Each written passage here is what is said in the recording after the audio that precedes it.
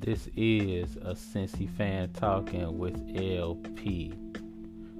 You can catch me on Twitter. That's a Cincy fan talking. You say it like it sounds, just leave off the G. If you have ideas for the show, you can reach me at Cincy_fan talk at yahoo.com. If you have any suggestions for the show, make sure you leave them there. Who knows, you might find yourself as part of the show. Any feedback would be definitely appreciated. And also, make sure you hit the Linktree page that's on my Twitter. Make sure you click on that. You can find all the different ways to contact me there. Enjoy the show.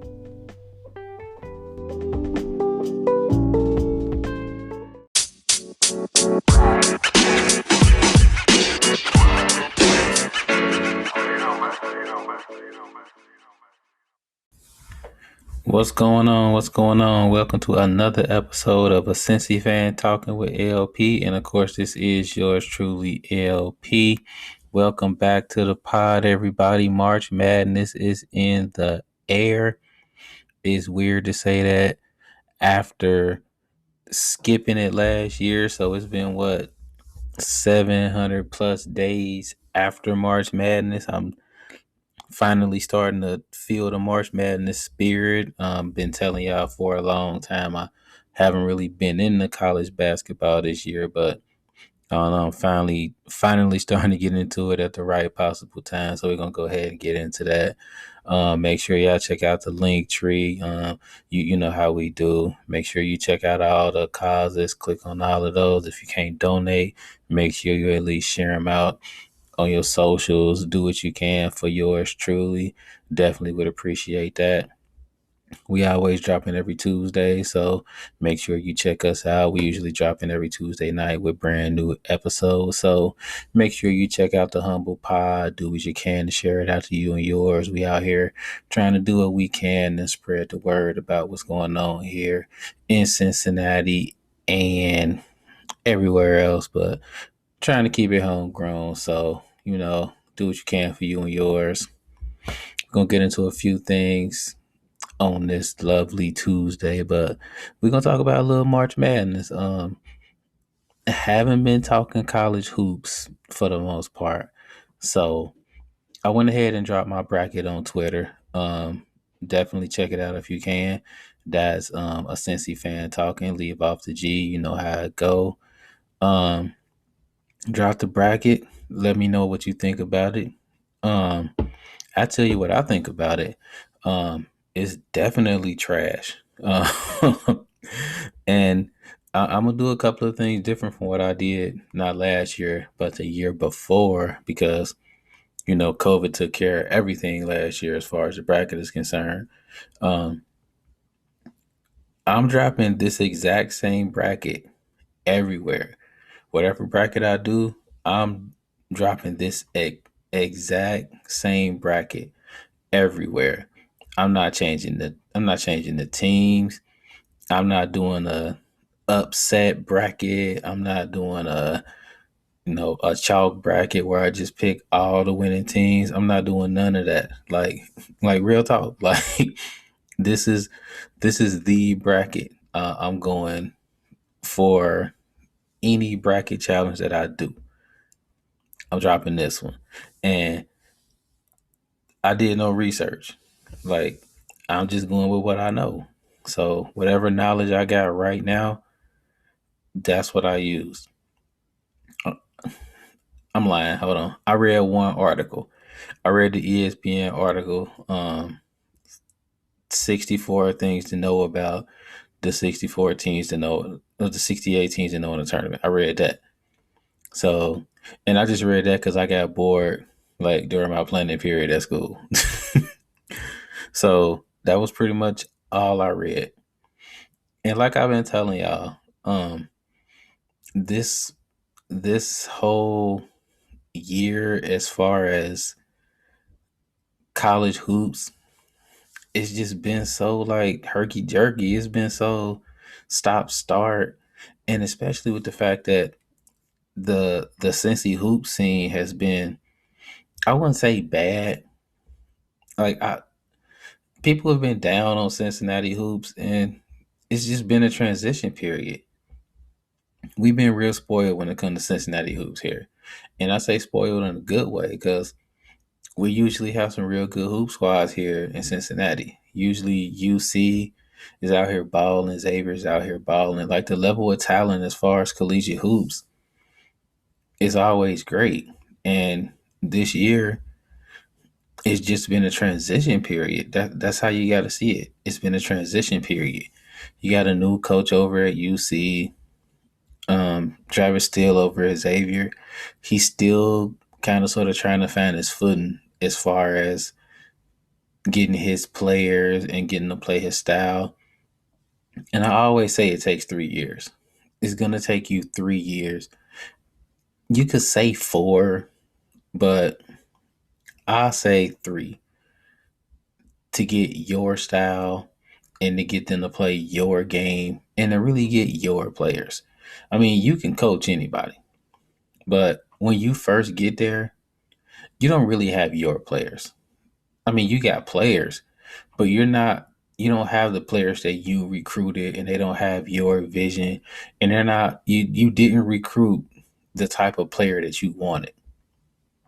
So UC and Xavier, they're still kind of sort of climbing that hill. Travis Steele is a little bit closer than John Brandon is.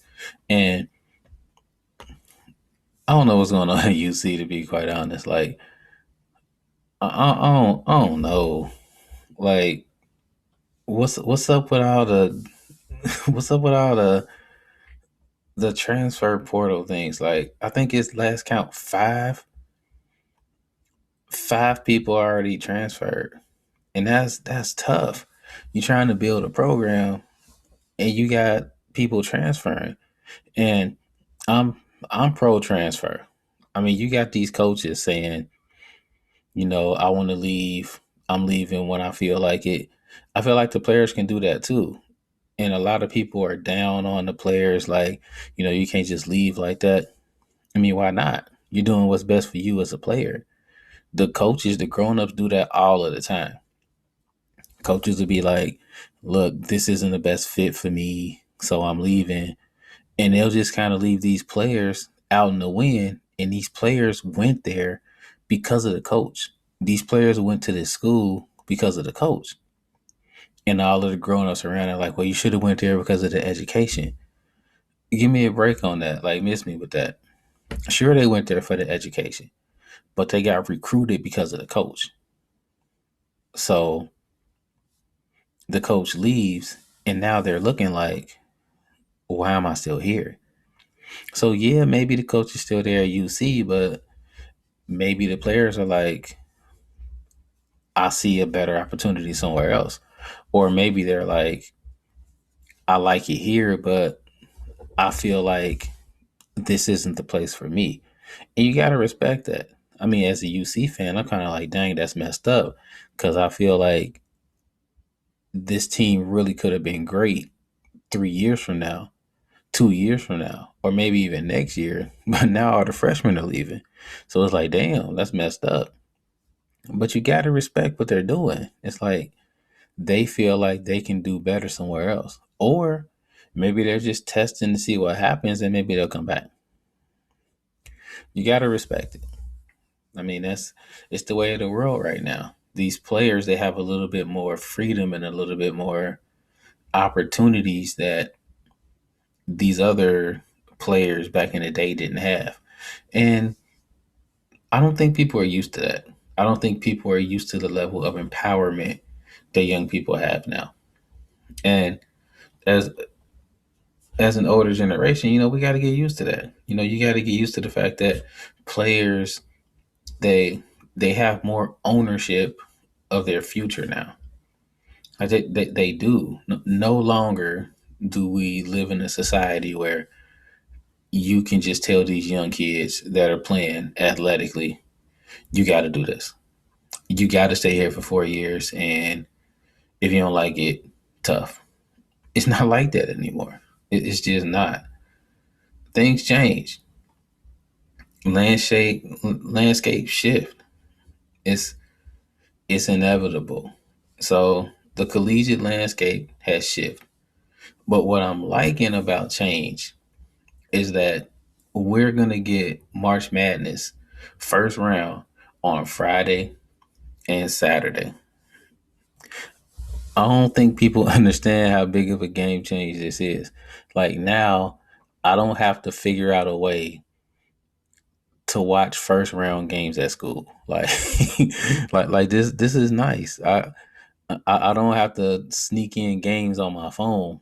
Like I can just watch them on Saturday. And I heard some doofus on the radio talking about it's messed up that the first round games are on Saturday because you got chores and a honey do list, and I'm like, what? Like, what are you talking about? Like, shut up! Like, do this Saturday.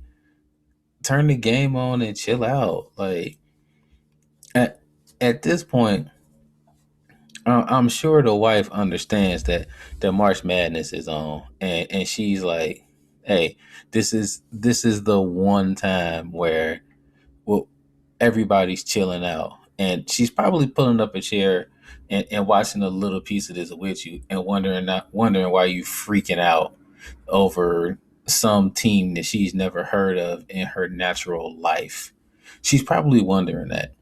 Like like my wife to this day calls Gonzaga Gongaggy because in college we were watching March Madness, and for the life of her, she couldn't figure out who this team was that was playing. And she's like, "What?" She was my girlfriend at the time, and she's like, "What? Gongaggy? Who is that?" And I'm looking at her like, "That's Gonzaga." She's like, "No, that don't make sense. That's Gongaggy." So now the running joke in the house is, "Oh, who is Gongaggy playing?" And now she's like, Gongaggy might win it all this year. I'm like, yeah, the team whose name you still can't pronounce might win the championship. Like they just might pull it off. You might want to know their name now. Like, like it's not a good look that you might be calling the national champions Gongaggy. I'm just saying. But I'm listening to dude on the radio. Like that don't even make sense. Like, how was it not a humongous dub to have the first round games on Friday and Saturday? I mean, I read somewhere that productivity takes a major drop around March Madness because nobody's working.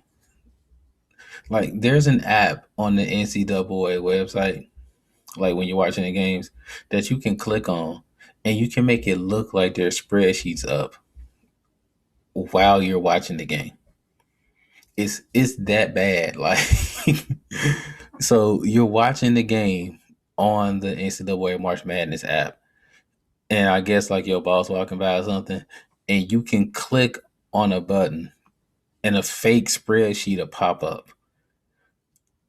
So everybody knows that nobody's working. Like it's tremendously crazy.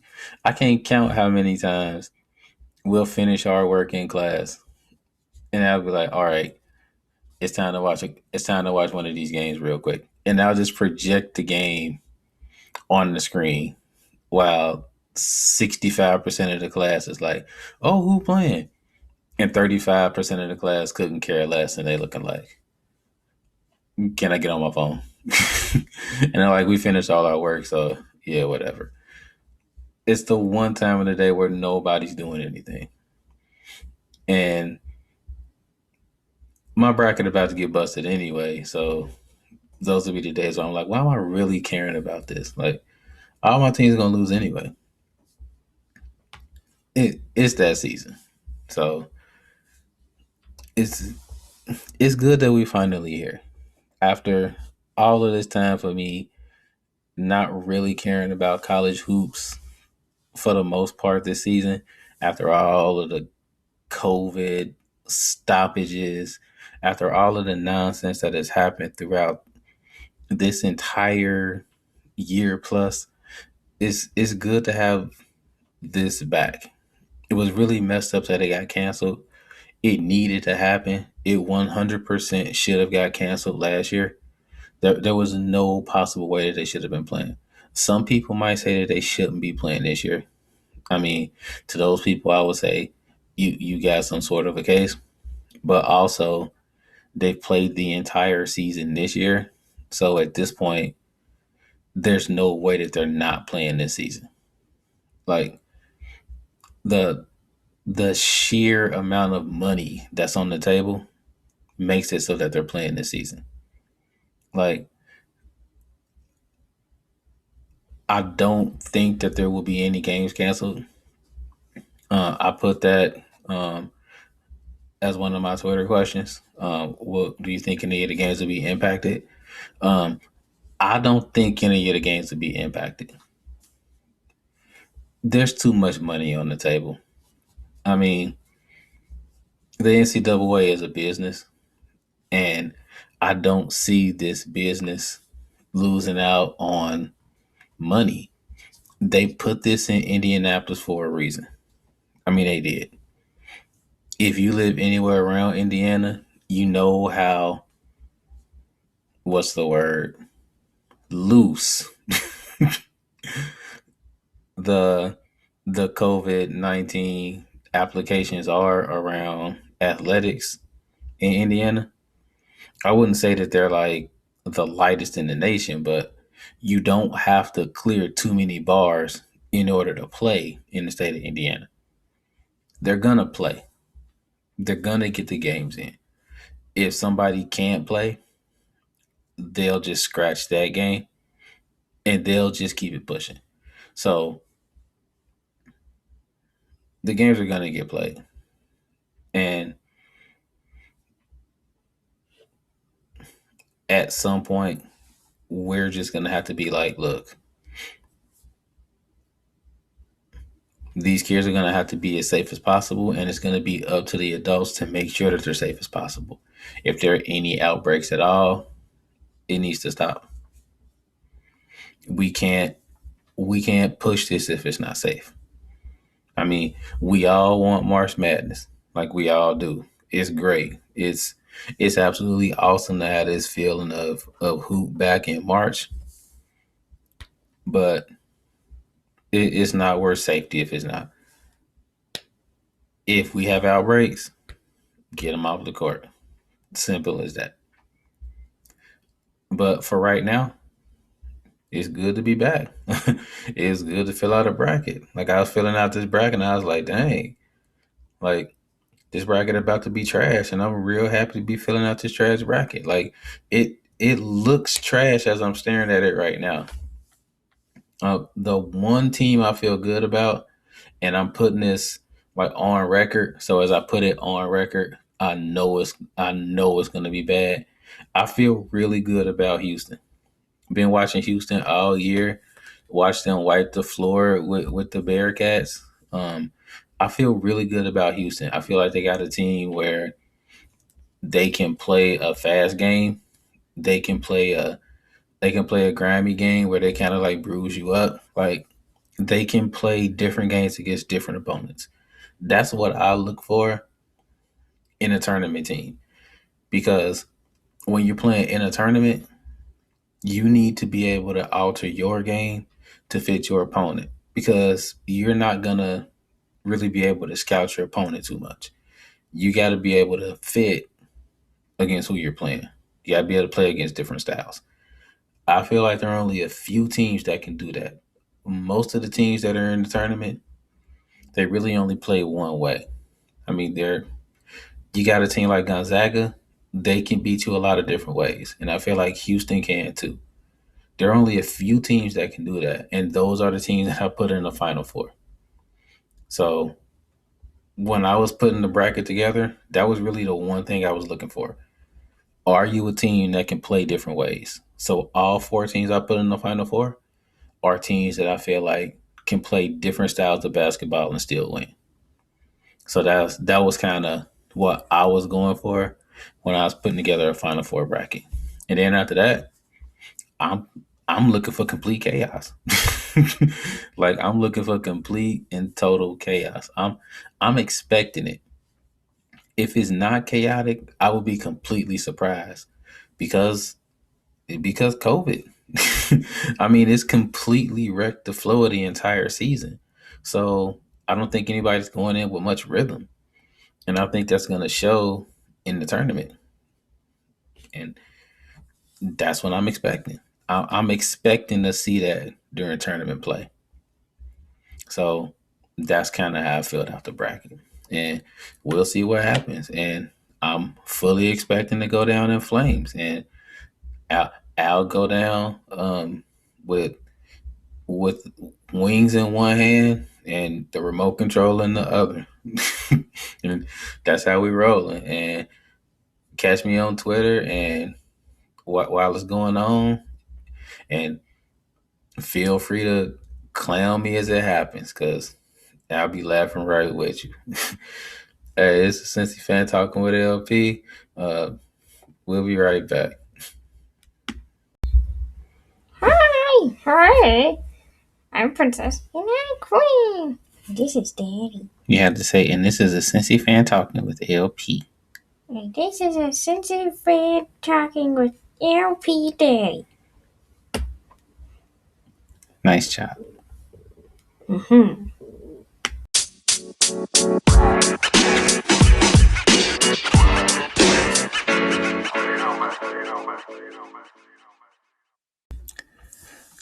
Yo, yo, yo, welcome back to the pod. Appreciate you sticking around. Appreciate it. Shout out to my kid there and her pet stuffed bunny, who is, I suppose, a family member since she's been around for about, what, 3 years now. She's been begging to get a guest spot on the pod for a while, so she snuck out and got her time to shine. So there you go, Quinn and Princess. Nice job there. So shout out to her goofy self. um, was gonna do a little bit about the Bengals, but you know what? I'm gonna go ahead and hold tight, because it would be really easy to bash the moves and lack of inactivity right now.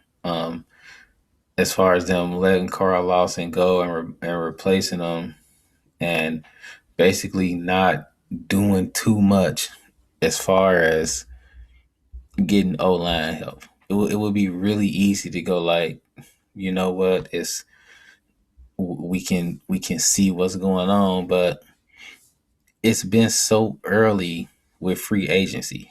Like, it's early, so I'm gonna preach patience. That's what I'm gonna do. I'm gonna preach patience. Like, we don't know the moves that are coming yet. It is early. There's still a lot on the table. We don't know the full scope. So I'm gonna chill. I'm gonna chill. That's what I'm gonna do, because it's really easy to just kind of jump to conclusions and say, "Hey, they messing up." That's the easy approach. And we here at a Cincy fan talking with LP, we here at the pod, but we don't conform to the easy approach. Like, we kind of dig a little bit deeper.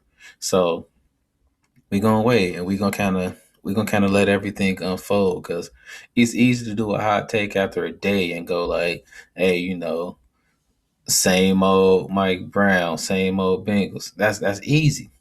That's super easy to do. But the Bengals showed us last year they was willing to open up the wallets, but they didn't do it necessarily on the first day or so. They kind of took a little bit, and then they did what they had to do, and it was mostly on the defensive end. So let's just wait a little bit. Let's take the wait and see approach, and they still have the draft as well. I mean, if we judging it based on right now, then it's like, wow, but we don't know, so we'll see.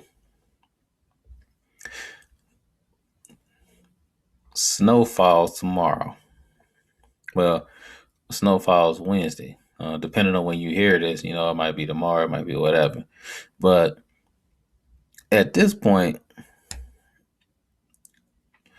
after the last episode, I mean, the last 3 or 4 minutes just kind of left everything in a tailspin. Just watching Leon light up that car and accidentally hit the young kid.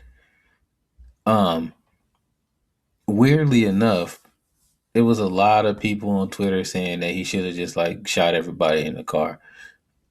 And if you really thinking that Leon would do something like that, you haven't been watching Snowfall. Like you haven't really watched the progression of the characters. Like you haven't seen Leon do business. Like to think that Leon even meant to shoot the kid is ridiculous.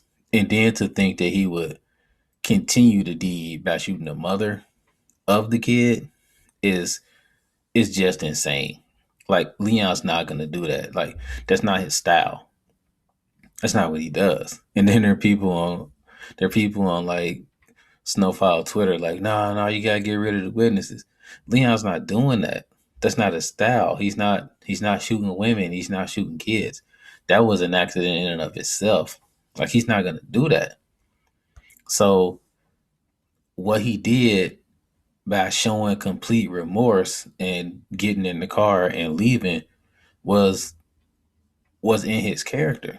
For them not to have him break his character was absolutely awesome. Like shout out to the writers. I mean, that was good writing.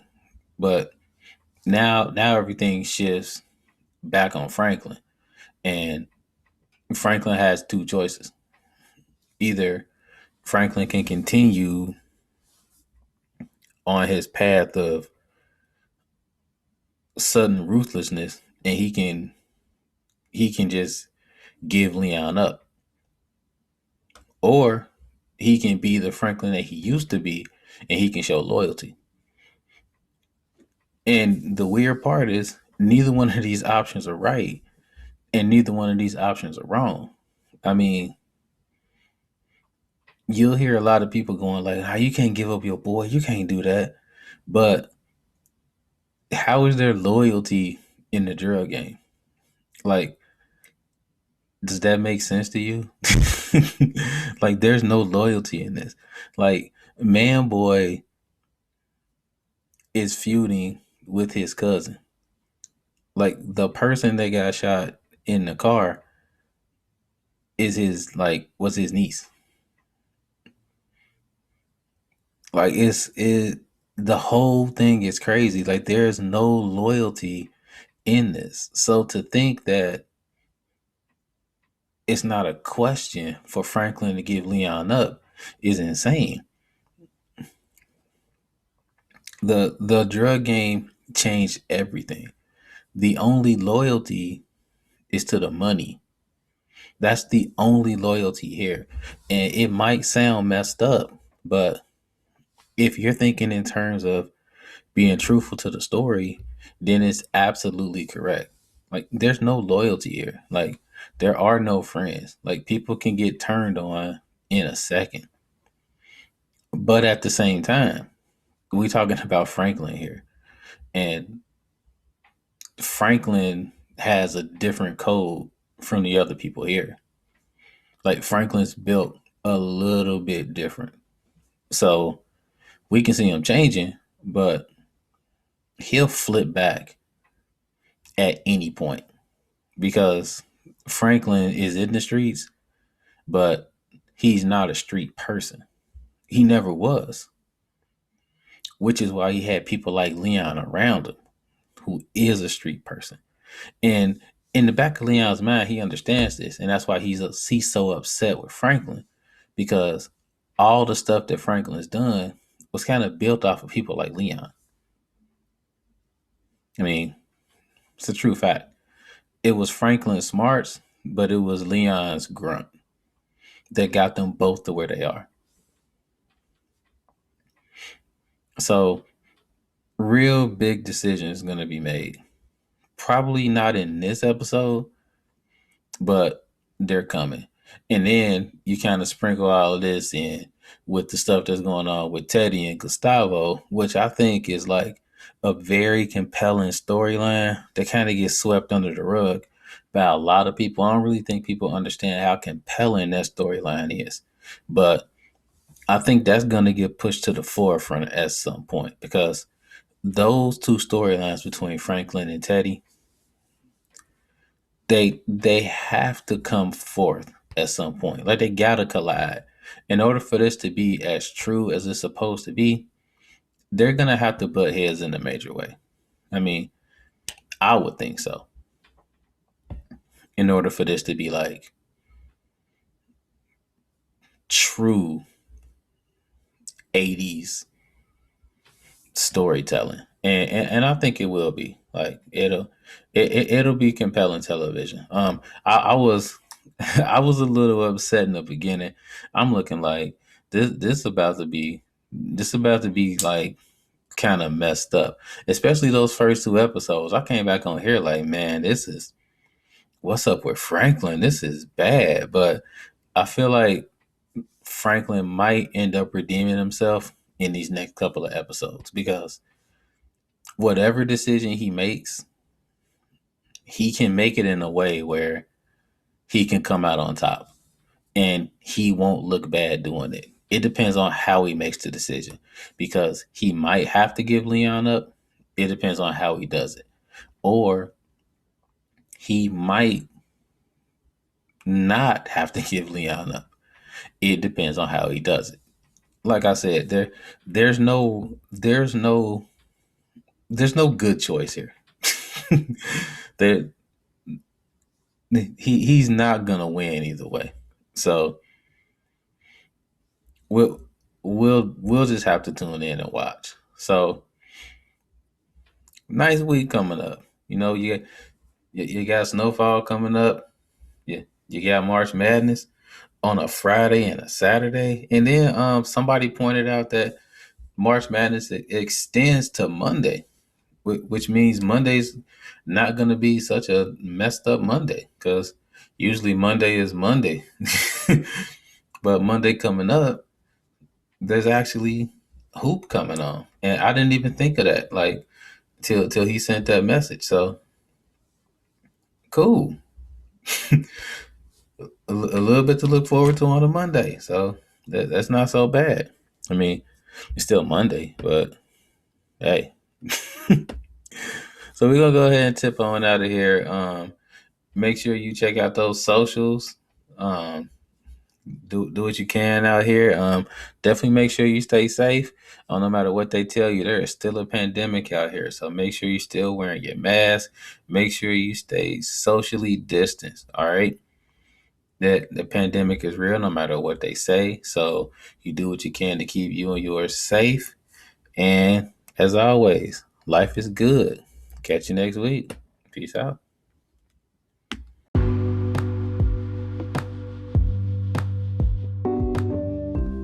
If you're not ready for the conversation to end, I'm not either.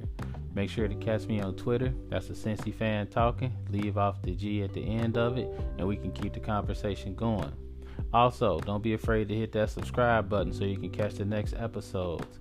The episodes will drop every Tuesday. If there's a change in that, I'll make sure to let you know. Appreciate the support. As always, life is good.